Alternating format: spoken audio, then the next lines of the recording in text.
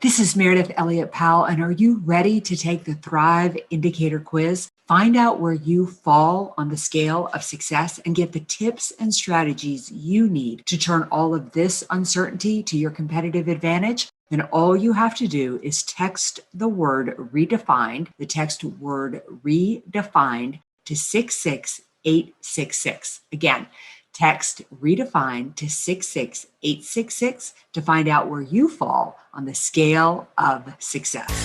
Welcome to Thrive, turning uncertainty to competitive advantage. The show where we interview the experts, feature the success stories, and share the strategies of what you need to know to turn your uncertainty to your competitive advantage. Hey, this is Meridith Elliott Powell, and welcome to another episode of Thrive, turning uncertainty to competitive advantage. The show where we dive into the strategies, discuss the steps, everything that you need to know to make change and uncertainty actually start to work for you.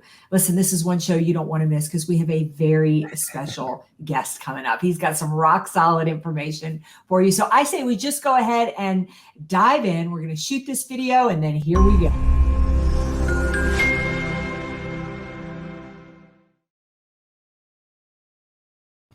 All right, with me today is one of my very favorite people on the planet, Ross Bernstein. Getting a call any day or a text from Ross always makes me smile. Not only is he a great guy, a nice guy, but he is a peak performance expert who it just also happens to be his birthday as well. Welcome to the show, Ross. Thank you, Meridith. I love you. I adore you. And happy belated birthday a couple days ago for you too. So right back at you, sister. Yeah, no shock that we're both Geminis, right? We're both 39, which is great. That's right, exactly. All right, so on this show, we really talk about uncertainty and change. And I know that you have certainly experienced a lot, but you have done some really good work on this topic ever since COVID has hit. But I want to back up a little bit and tell our audience your story, who you are, where you come from, and how you got where you are today. Well, thank you for having me. I'm very, very honored to be on your show. This is very cool for me. I live in Minneapolis. I've been a working member of the media for the past 20 plus years, working very closely in the world of sports, as you can see from my worldwide headquarters, or as my mother likes to say, my basement. So I study teams and what makes the great ones great. I've written about 50 sports books, and like you, I keynote over 100 conferences a year. So that's kind of my backstory. I talk about sports as it relates to business, and I travel all over the place and just kind of do what I do. So how has that message changed since COVID hit? I mean, you're kind of like me. There we are. I mean, we saw each other at Winter Conference in Houston for the National Speakers Association. We're kind of hanging out, having a good time. You had the wherewithal to start ordering things long before the rest of us did. But little did we know that was the last time we would see each other for a year and a half. Little did we know it was the last time we would be on stage and our entire business model. So I'm curious, as you basically went on this journey, what you discovered that is changing in the world of what business needs to do today.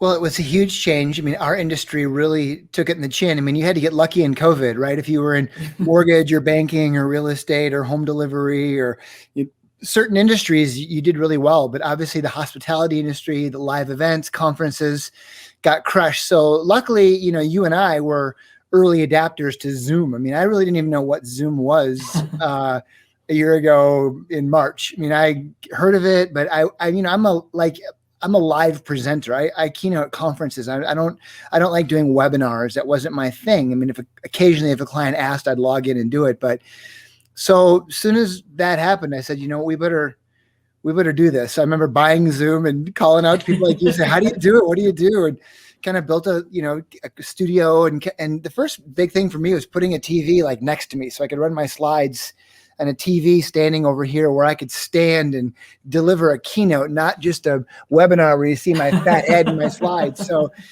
that was key. So I probably did 80 virtual keynotes this year, which was a godsend, just being able to do that, to be able to at least work. And because, my calendar went blank, everyone canceled. Right. And they either canceled or they went virtual or they postponed to 2022, or some have postponed 4, 5, 6 times. It's still crazy, but we're back out there now. And, certainly my content has shifted a lot as about just how businesses have changed and transformed and what they're doing to thrive, right? Which is the subject of this whole thing, is how do you get through all this and not just get through it, but to really thrive and do well. So I love kind of studying the outliers in sports. And I love studying the outliers in business and just seeing which ones really did well and equating that back to sports. But ultimately, I think if you were an early adapter and you were willing to pivot, which is a word I really don't like, but really to do that, I think you came out okay in this. And luckily, you and I were two people in our industry that did well, but it's heartbreaking. A lot of people didn't do so well. Yeah. So I hope they can come back. So in the work that you do, what were early on, what were some of the things that your clients were asking you to speak about? What was the information and knowledge they were looking for? Well, I think early on, a lot of them were trying to figure out, how do you get sales teams motivated when they can't meet with each other? That was a big thing. And, for me, I've always been a solopreneur. I've never had a real job. I've always home officed. I've never had, employees. I've never had a building. So I'm completely self-contained. So for me, this is absolutely nothing new. I was always working from my basement. Right. But it does get lonely. And that's why groups like ours, you and I are members of a group called National Speakers Association, where we get to get together and network and mastermind and share best practice ideas. So I think really just a lot of companies they didn't know what they didn't know. And they didn't know how, everyone was, the prognosticators, wondering when are we going to get back to normal? When are we going to come out of this? And people still don't know. I mean, we're doing obviously very well in the US, but these variants are cruising around India and the UK and Vietnam and South Africa. And who knows? I mean, God forbid, there's some variant that comes back and all of a sudden the Pfizer and the Moderna and the J&J don't work with any of them. I mean, then what? We're all going back into lockdown. I mean, that's like the doomsday scenario no one wants to think about. But I think in the back of people's minds, they're still wondering. So I think anyone that could provide a little bit of comfort and say, look, here's what it's going to look like on the back end of this thing. Here's what we know. Here's what we don't know. Here's what we know. But here's what you can do. Here's what you can control. Thinking about simple things like your mental health and your physical health and a lot of, basic soft skills, I think, of just basic selling and basic leadership of empathy and kindness and just really, getting back to the basics to really help people and to really solve problems in unique ways. Look, if you're a life insurance professional or a realtor, you're not going to be able to meet with someone for face-to-face. So you're going to have to figure out how to do this Zoom thing or whatever platform you use, StreamYard or Teams or WebEx, and you're going to have to figure it out. And I think the early adapters did well, and the people that went kicking and screaming, they're going to struggle. So, I mean, no one had a good year in 2020. 2019 was just amazing, but it'll take a little bit before we get back to those numbers, I think. I would agree with you. What do you, as you study outliers in business and outliers in sports, is there anything different about them? What are some of the qualities? Because what I found, it was interesting when I would ask the question, and I got this question from our friend Bill Backrack, when uncertainty hits, do you run to the sound of the gunfire and take action, or are you somebody who takes a wait and see approach? And I found that most people take a wait and see approach, but they wanted to run to the sound of the gunfire. They just didn't know what to do. So of those outliers that, those people like, I mean, we just came off the French Open yesterday, and there's two outliers for you, Djokovic and Tsitsipas. I mean, they were amazing. What is it about sports figures that we can adapt in the business environment? Well, that was an epic match. That final and of course the semi leading into it was epic as well. But I think for Novak Djokovic, he's the outliers are driven. Michael Jordan, the greatest of all time, the GOAT. There's no days off. There's no off season. Yeah. When people tell them they've arrived, they work even harder. The thing I've learned about sports is that it's easy to get to the top, but it's really hard to stay at the top. And that's the essence of the dynasty mentality. And if you watch the Michael Jordan feature during the pandemic after the Lion King or whatever, Netflix was all binging early on, you can see that he was so ultra competitive. He just needed something to rile him up that day. When they had just some crappy ho-hum game in Cleveland or Detroit, and he would just make stuff up. He'd say, you know what? I don't think that guy thinks I can score 60. So he'd score 60. And I think that, they find reasons to get up every morning, and they got to put that chip on their shoulder. There was someone at some point that told them they weren't good enough or smart enough or pretty enough, and they're able to channel that in a moment's notice, kind of like adrenaline. They're able to really lean on it. And that's when they call it getting in the zone, right? When everything kind of slows down. And I think for Djokovic, it's very clear. He wants to catch Rafa and he wants to catch Tsitsipas. Federer. But yes, Roger Federer. I just drew a blank. I love this game. Yes, two syllables. So Federer and Rafa each have 20 Grand Slams, right. And he now has 19. And he wants to be the greatest of all time, and he feels like he has the momentum now. So I mean, what he did in that match was epic. He was down 2-0. I mean, that never happens when you get someone at that level down. Rarely do they ever come back. But I think that, outliers in business are the same way. They're driven and they're risk takers. They're willing to put themselves out there. They have enough comfort level, enough confidence in themselves, enough chutzpah, enough swagger to say, you know what, even if I fail, I'm going down in a blaze of glory. And they learn from those failures and they move on. So yeah, I love studying the weird, Steve Jobs said, the weirdos, the outliers, the square pegs in a round hole, the people willing to put themselves out there. And it's easy to play it safe, but you know what? You gotta try new things. You're not going to win them all, but fail fast, perform the autopsy, and just keep going. Do you think that that's something that can be learned? By the way, I want to say about Djokovic, 1949 was the last time somebody came back from being 2 down to win the French Open. It has not happened since 1949. That's amazing when you think about how many good people have come through there. I know. And I mean, just the semi, just to beat Rafa to get there. I mean, the guys won 13 French Opens. So, and he lost 6. So I know we're totally geeking out because you and I are big tennis nerds, but I think to your point that athletes, businesses, the ones who are willing to really try new things, that are willing to put themselves out there, to your point about really not only taking a risk, but teaching themselves, like, is it a learned, or I think that they totally can learn these traits. I think there's certain things that are in your DNA, like Michael Jordan with the game on the line with 1 second, he wants the ball. He has a killer instinct. He has that boot in the throat mentality. Occasionally he would understand in a decoy situation, he'd pass to one of his teammates because he knew that it was 4-on-1. So in that instance, he would say, fine, we'll give it to someone else.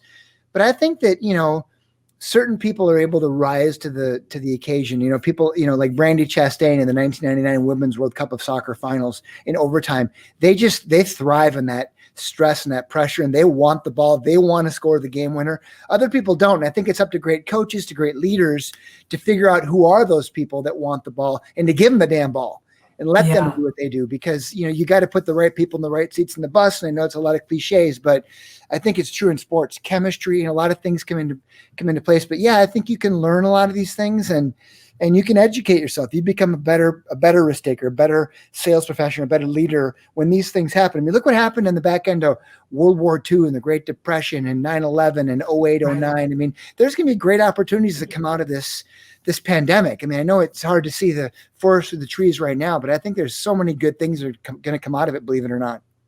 Well, I think the thing that's, interesting is that you have to, it sounds like if you're a coach or a leader, you have to create an environment where it's okay to fail. Yeah. I think I'm a mediocre athlete. I do lots of things, but the problem is I'm spread way too thin, so I don't master anything. And I was playing in a tennis match with a friend of mine, and literally, like, we're 3-5, we're not good, but we were losing to these 2 women. We were down 5-1. And my girlfriend looked at me, and one of the ladies on the opposing team, her name was Barbie, and my friend looked at me and said, "Barbie's going down." And no Kens. Yeah. And so it's kind of our team mantra now. But anyway, we came back and we won 7-5. So I think, but in that environment, we're playing 3-5 tennis at a racket club in Asheville, North Carolina. I mean, who cares? It's so okay to fail.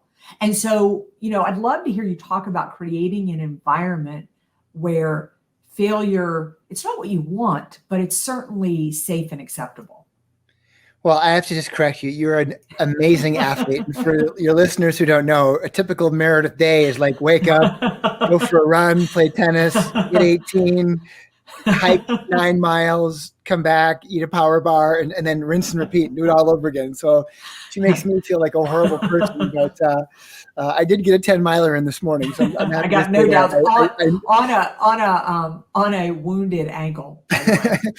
Well, there's an old saying, I don't like running, but I sure like how I feel when I'm done running. So I just run, Forrest, run.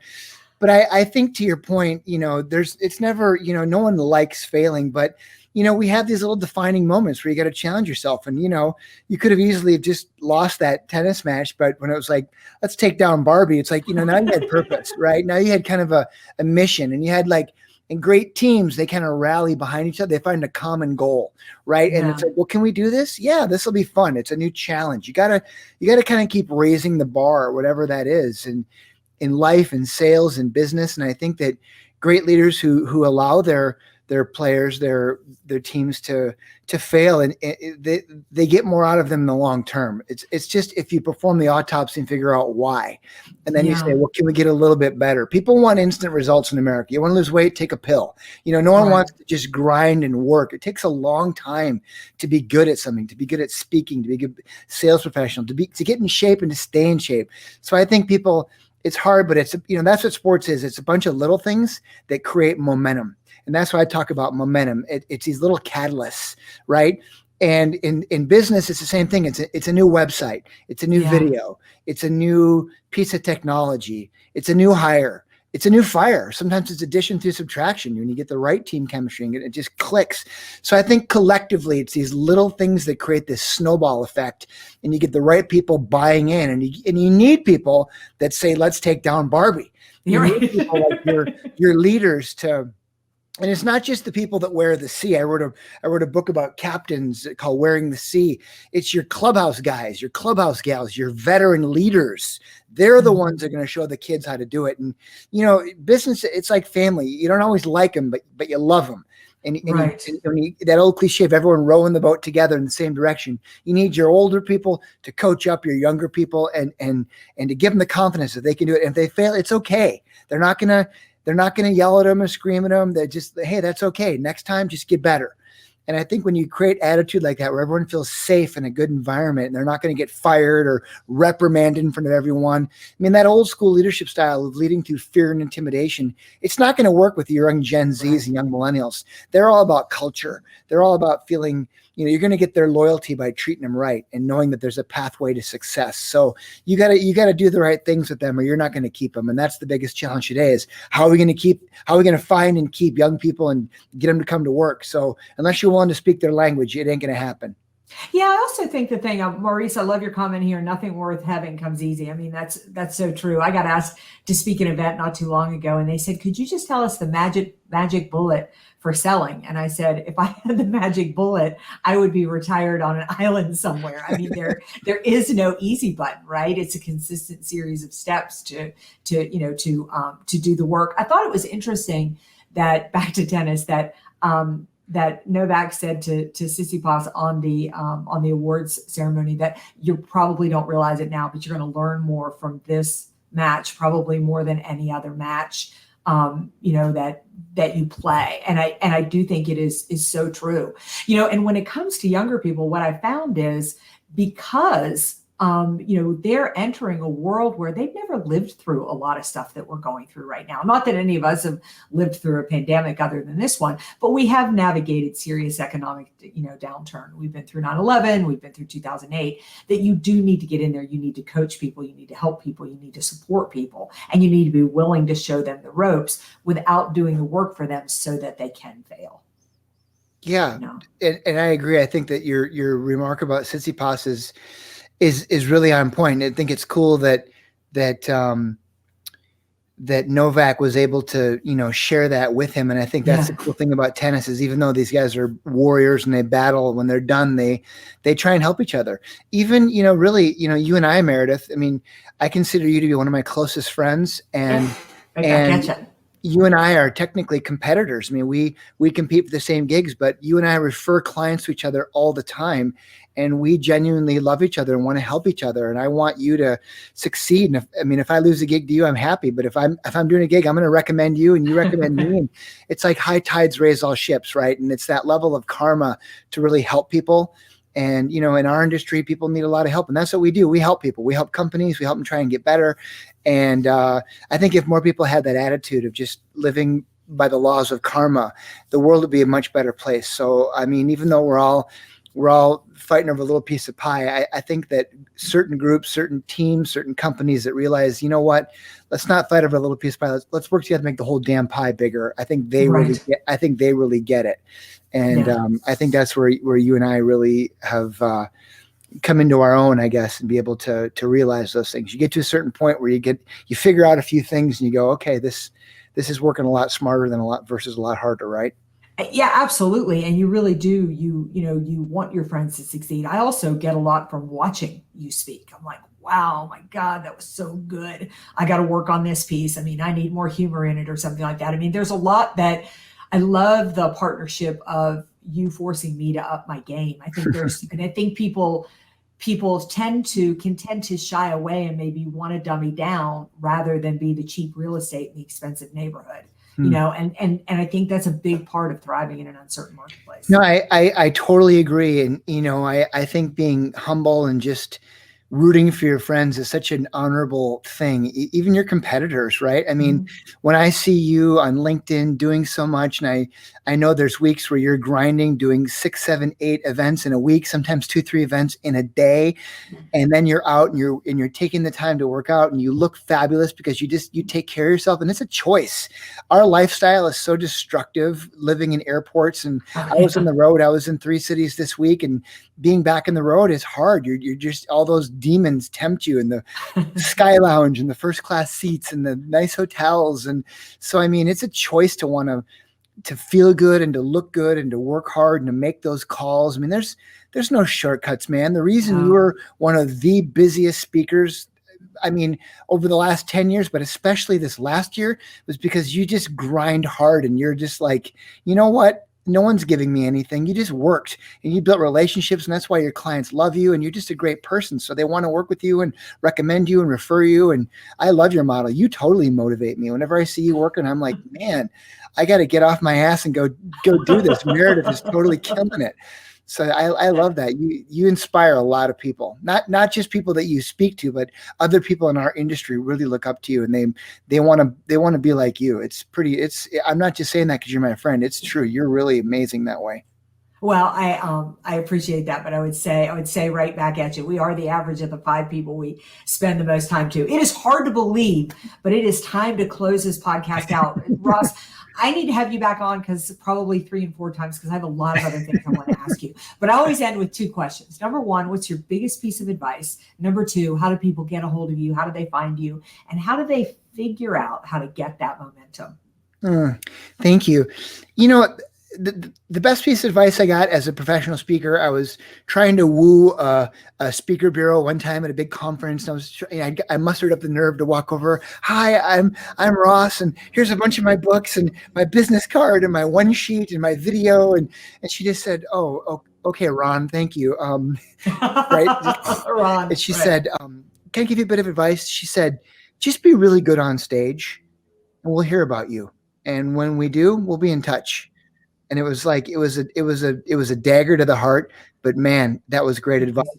Really good, and eventually, years later, she hired me. I never told her that she told me that story because it was pretty crushing, but the reality is, just be great. Be great at what you are. Don't try and do a million things. Just do what you do and be a problem solver, build really good relationships, help people when they're down. And you know what? I think by the laws of karma, if you do those things, it's going to come around. People want to do business with people that they like and that they trust and that they feel like you just get it. As far as getting a hold of me, I have a website, ross@rossbernstein.com, but I have nothing to shill, nothing to sell. I'm here to help you, and I'm very honored to be a guest on your show. So it's just very cool. And I'm excited to see you in a few weeks at our big NSA conference in Vegas. And now we're going golfing, we're going to dinner. So it's going to be awesome that you and I get to spend some time together. So I'm really looking forward to it. I agree. I cannot wait. Ross, I really appreciate you sharing your wisdom, coming on here as a guest today. And again, I want to have you back on because you got a lot of tips, a lot of strategies, a lot of really good things our audience can learn and can share. So goodbye to the rest of you. Thank you so much for joining us for another show. We'll see you next week right here, 1 o'clock Eastern, with another show, another guest, and another set of strategies to turn all of this uncertainty into your competitive advantage. This is Meridith Elliott Powell, and are you ready to take the Thrive Indicator Quiz? Find out where you fall on the scale of success and get the tips and strategies you need to turn all of this uncertainty to your competitive advantage. Then all you have to do is text the word redefined, the text word redefined to 66866. Again, text redefined to 66866 to find out where you fall on the scale of success.